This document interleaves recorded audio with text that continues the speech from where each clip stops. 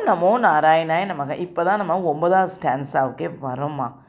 ஈஸ்வரோ விக்ரமீ தன்வி மேதாவி விக்ரமக்ரமக அனுத்தமோ துராதர்ஷ கிருதக்ஞக்ருதி ராத்மவான். நான் பாலகோபாலா பக்தை லதா பேசுகிறேன். அனைவரும் சப்ஸ்கிரைப் பண்ணுமாறு வேண்டிக் கொள்கிறேன். நாம் இன்றைக்கு பார்க்க போகும் திருநாமம் 74வது திருநாமம், அதாவது மதுசூதனக.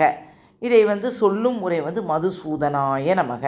இதனுடைய மீனிங் என்னன்னு பார்த்தங்கன்னா, புலன்களை தன்பால் ஈர்ப்பவர், அதாவது மதுவை அழித்தவர். ஓகேவா? 2 மீனிங் இருக்குது. இப்போது இந்த 74வது திருநாமம் ஆகிய மதுசூதனக அப்படின்றதுக்கு என்ன மீனிங்கும் அதனுடைய உட்கருத்தையும் பார்ப்போமா? வாருங்கள், கடைசி வரை கேளுங்கள். இது நமக்கு எல்லாருக்குமே தெரிந்த கதை தான். நான் அந்த பாகவதத்தில் ஃபஸ்ட்டெல்லாம் நான் சொல்லியிருக்கிறேன் இந்த கதையை பற்றி. ஆனாலும் இது கொஞ்சம் டிஃப்ரெண்ட்டாக வரும். அதாவது திருமால் உங்களுக்கே தெரியும், அவருடைய தொப்புள்ளிருந்து வந்தவர் தான் பிரம்மதேவர். ஆனாலும் அவருக்கு வேதங்களையெல்லாம் உபதேசித்தார். யார்? நம்ம திருமால். ஆனால் திருமால் வேதம் கற்றதாலும் படைப்பு கடவுள் என்று பதவி பெற்றதாலும் பிரம்மாவுக்கு ஆணவம். திருமால்கிட்டே வேதத்தை கற்றுட்டு நம்ம தான் படைப்பு தொழில் செய்கிறோம் அப்படின்றது பிரம்மாவுக்கு ரொம்பவே ஆணவமாச்சான். அந்த ஆணவத்தை போக்க விளைந்த திருமால் ஒரு லீலையை புரிந்தார். எல்லாருமே இதெல்லாம் எதுக்கு அந்த காலத்தில் சொல்லியிருக்கிறாங்க, இதெல்லாம் எப்படி நடந்ததெல்லாம் ஏன் சொல்லியிருக்காங்கன்னு பார்த்தா, நம்மலாம் ஆணவம்லாம் இல்லாமல் இருக்கணும். அதற்கு நம்ம எல்லாருமே நம்ம பெருமாளுடைய படைப்பு என்பதை நாம் நினைவு கொண்டு நாம் அடக்கமாக இருக்க வேண்டும் என்பதற்காக தான் நிறைய நல்ல நல்ல விஷயங்கள் எல்லாம் நமக்கு சொல்லியிருக்கிறாங்க. பார்த்தீங்கன்னா, திருமாலுடைய காது அந்த குடுமியிலிருந்து, அதை ஏர் பாக்ஸ்ன்னு சொல்வது, அதில் 2 அசுரர்கள் தோன்றுனாங்களாம். அதை இவரை யாரை அடக்கிறதுக்கு? இந்த பிரம்மாவை அடக்கிறதுக்கு. அதனால் இருவரும் நாபிக்கமலத்தில், அவங்களும் திருமாலுடைய நாபிக்கமலத்திலிருந்து பிரம்மாவிடம் வந்தார்களாம். முதல் அசுரனை தொட்டு பார்த்த பிரம்மா அவன் ரொம்ப மிருதுவாக இருப்பதைக் கண்டு மது என்று அவனுக்கு பெயர் வைத்தாராம். அடுத்த அசுரன் மிகவும் கடினமாகவும் கரடுமுரடமாகவும் இருப்பதால் அவனுக்கு கைடம்பன் என்று அவனை அழைத்தாராம். யார்? பிரம்மா. இருவரோடும் பிரம்மா விளையாடத் தொடங்கினாராம். விளையாடிக்கொண்டே இருக்கும்போது இருவரும் பிரம்மாவிடமிருந்து வேதங்களை திருடி சென்று விட்டார்களாம். இவங்களுக்குள்ள ஒரு சின்ன விளையாட்டு, வேதங்களெல்லாம் திருடி சென்றோன்னு வேதம் பறிபோனதை உணர்ந்த பிரம்மா வேதங்களை தயவு செய்து மீட்டு தருமாறு திருமாலிடம் வேண்டிக் கொண்டாராம். என்னை படைத்தவனான நீ இருப்பதை மறைந்துவிட்டு நான் வேதங்களை கற்றவன், நானே படைப்பு கடவுள் என்று கர்வத்துடன் இருந்து விட்டேன். இப்போது இவர்களின் மூலம் எனக்கு நல்ல பாடம் புகட்டிவிட்டீர்கள் என்று சொன்னாராம். நீங்கள் தான் இவர்களிடம் வேதத்தை மீட்டு தருமாறு வேண்டிக் கொண்டாராம். உங்களை தவிர எனக்கு வேறு புகலிடம் ஏது இந்த அடியேனுக்கு என்று பிரார்த்தித்தாராம் பிரம்மா. அதனால்தான் கடவுள் நமக்கு சில கஷ்டங்களை எல்லாம் தராருன்னு நம்ம யாரும் கஷ்டப்படக்கூடாது. ஒவ்வொன்றையும் ஒரு பாடம் இருக்குது. அந்த பாடத்தை நம்ம கற்றுக்கிட்டு திருப்பி எல்லாம் நல்லானோன்னு டக்குன்னு அதே தவிர நம்ம செய்யக்கூடாது. அதுலேருந்து நம்ம அடுத்த நிலைமைக்கு தான் போகணும். அதை நீங்கள் கடவுள்கிட்ட வேண்டிக்கணும். பிரம்மாவின் சரணாகதிக்கு திருவுள்ளம் வந்த திருமால் குதிரை முகத்துடன் மனிதனை போன்ற உடலுடன் ஹயகிரிவாராக, அது நமக்கு தெரியும், ஹயகிரிவாராக அவதாரம் எடுத்து பாதாள லோகத்தில் ஒளிந்திருந்த மது கைடமர்களை பிடித்து அவர்களை தன் தொடையில் வைத்து நசுக்கி வதம் செய்து வேதங்களை பிரம்மாவுக்கு மீட்டு கொடுத்தாராம். அது மட்டுமின்றி பிரம்மாவின் பக்திக்கு உகந்து தான் இதுவரை எடுத்த அவதாரங்களை இனி எடுக்க உள்ள அவதாரங்களை அவருக்கு காட்டி அருளினாராம். பார்த்துக்கங்க, பிரம்மாவுக்கு மட்டும்தான் நான் முதல் எடுத்த அவதாரமும் இனிமே எடுக்க போகிற அவதாரத்தை பற்றி காத்துறேன். இறுதியாக மகாலட்சுமி மடியில் அமர்ந்தபடி லக்ஷ்மி ஐகிரிவராக காட்சி தந்தாராம். பாருங்கள், எவ்வளோ அவருக்கு பாருங்கள்.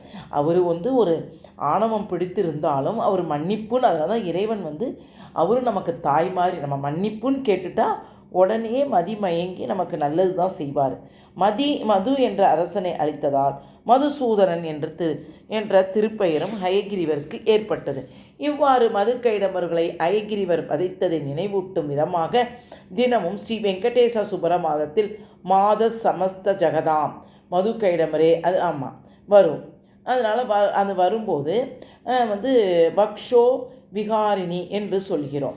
அதாவது வேதங்களை வந்து பிரம்மாவுக்கு மீட்டு தந்த வேதஞானத்தை அளித்ததால் கல்வி ஞானத்தை அருளும் தெய்வமாகவும் அயகிரிவர் அதனால தான் சொல்கிறேன், அயகிரிவருக்கு வந்து நம்ம வந்து வியாழக்கிழமையில் நம்ம வந்து விளக்கேற்றி ஏலக்காய் மாலை போட்டோம்னா நம்ம மக்கு பிள்ளையாக இருந்தால் கூட நல்லா படிக்கும்.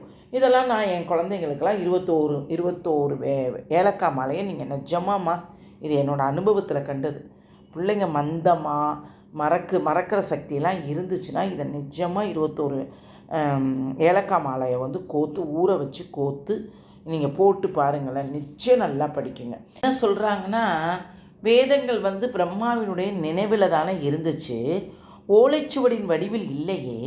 அப்படி இருக்க வேதங்களை எப்படி மதுக்கைடவர்கள் பிரம்மாவிடம் இருந்து திருடி சென்றிருப்பார்கள்?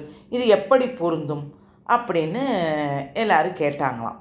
அப்போ என்ன சொன்னார்னா, அதாவது பதில் என்னன்னு பார்த்தீங்கன்னா, மிருதுவாக இருக்கிறான் என்ற எண்ணத்தில் மதுவை பிரம்மா தொட்டவுடன் பிரம்மாவின் புலன்கள் யாவும் அவர் பால் ஈர்க்கப்பட்டு விட்டனராம். யாருக்கு? பிரம்மா இப்படி தொட்டவுடனே அவன் சாஃப்டாக இருந்ததுனால மதுகிட்ட அவனுடைய வைப்ரேஷன் எல்லாம் போயிடுச்சான். பிரம்மாவின் சிந்தை முழுமையாக மதுவிடம் சென்று விட்டதாம். பார்த்தீங்களா? அவரது சிந்தையிலிருந்து வேதம் பறிபோனது. திருமால் மதுவை வதம் செய்து பிரம்மாவின் சிந்தையில் மீண்டும் வேதஞானம் உதிக்கும்படி அருள் புரிந்தாராம். அதனால் வேதத்தை மது கைடவர்கள் திருடி சென்றதாக இதுவே உருவகப்படுத்தப்பட்டுள்ளது. எப்படி பார்த்துக்கங்க. இந்த சம்பவம் நமக்கு சொல்லும் நீதி என்னவென்றால், பிரம்மாவின் சிந்தை மதுவை நோக்கி சென்றதால் வேதஞானத்தை மறந்ததைப் போல நம்முடைய புலன்களும் சிந்தையும் உலக விஷயங்களில் ஈடுபட்டு அதன் விளைவாக நாம் இறைவனை மறந்து விடுகிறோம். எவ்வளோ அழகாக இருக்குது பார்த்துங்க. கரெக்டு தானே? இப்போ நானே ஒரு 10 நிமிஷம் 7 நிமிஷம் சொல்கிறேன். இதை வந்து யாருமே கேட்குறதுக்கு யாருக்குமே ஒரு காது கிடையாது, இது டைம் கிடையாதுன்னுவாங்க. இறைவனை வந்து மது கைடமர்களை வதம் செய்தது போலவே அவனை நம் புலன்களை அடக்கி தான் பால் அவை சொல்லும்படி அருள் புரிகிறார். புலன்களுக்கு மது என்று பெயர். ஓகேவா? அதனால் அடியார்களின் புலன்களான மதுவை மற்ற விஷயங்களில் ஈடுபட விடாமல் தன்பால் ஈர்த்து கொள்வதால் திருமால் மதுசூதனன் என்று அழைக்கப்படுகிறார். அதுவே விஷ்ணு சகசரநாமத்தின் 74வது திருநாமமாக மதுசூதனாய நமக என்று சொல்லி வரும் அன்பர்களின் புலன்களை திருமால் தன்பால் ஈர்த்து கொள்வார். அதாவது என்னன்னு பார்த்தீங்கன்னா, ஒவ்வொரு விஷயமும் இதில் பாருங்களேன், அழகாக இருக்கும். அவர் சொல்கிறதே என்ன, புலன்கள் விஷயத்தை ஈடுபட்டு இறைவனை மறந்து விடுறோன்றாரு. கரெக்டு தானே? இப்போ நம்மளே என்ன செய்வோம், நமக்கு சினிமாவுக்கு போக நேரம் இருக்கும், மாலுக்கு போக நேரம் இருக்கும், எல்லாம் எங்களுக்குன்னு சேர்த்து தான் எல்லாம் நேரம் இருக்கும். நல்ல விஷயங்கள் நம்ம கேட்க மாட்டோம். அது நல்ல விஷயத்தை வந்து நம்ம வந்து அட்ராக்ட் ஆகிறதுக்கு கொஞ்சம் லேட்டாக தான் ஆகும்.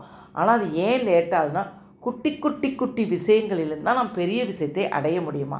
இந்த மாதிரி நல்ல விஷயங்கள், நல்ல கதைகள், நல்ல பெருமாளுடைய வந்து நல்ல பெருமைகளெல்லாம் நம்ம கேட்க தான் நமக்கு கொஞ்சமாக சிந்தையில் போய் நம்ம அணுக்களில் போய் உட்காருமா. ஈஸியாக ஒரே நாள்னால் நம்ம கடவுளை அடையவே முடியாது. நாங்களாம் 15 வருஷமாக கடவுளை அடைஞ்சி இந்த நிலைமைக்கு எத்தனை 10% நிலைமைக்கு தான் வந்திருக்கிறோம். நீ எவ்வளவோ இருக்கு அடையிறதுக்கு. அதனால தான் சொல்கிறேன், சின்ன வயசுலேயே குட்டி விஷயங்களை புரிஞ்சுக்கங்க. பிடித்திருந்தால் லைக் பண்ணவும் ஷேர் பண்ணவும். வாழ்க வளமுடன். ஹரே கிருஷ்ணா.